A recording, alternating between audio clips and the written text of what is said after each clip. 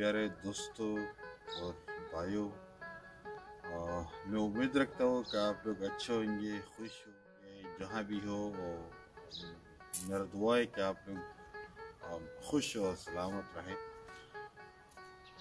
कहना कुछ यूँ चाह रहा था कि अपने मेहमान खानों को साफ रखो, उसके सेहन को जो है ना साफ रखो।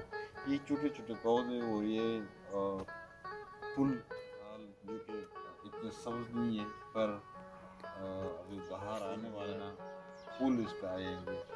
और ये जो घास है, इस तरह की बाकी सारे जो फूल और जो पौधे हैं, तो इस तरह की चीज़ें अपने मेहमान खाने में लगाइए, इससे माहौल भी साफ़ होगा। और सबसे जो अच्छी और बेहतर बात है, अपने मेहमान खाने को साफ़ रखो।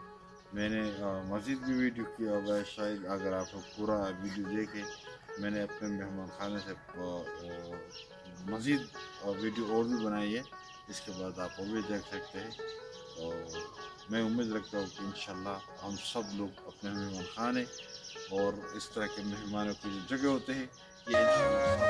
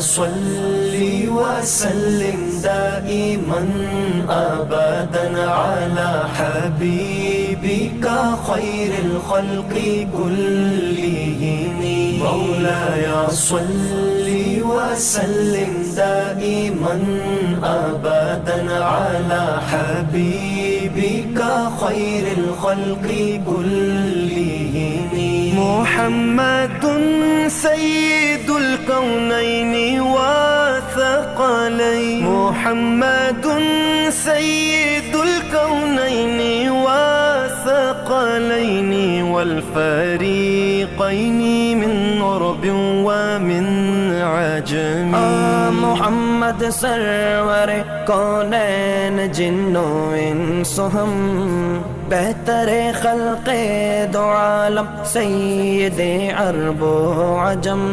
आप हैं हजरत मोहम्मद सरवर हर दो। कतर इसरार पूरे ओ रसीदे अतला प्यार बदनाम बदलो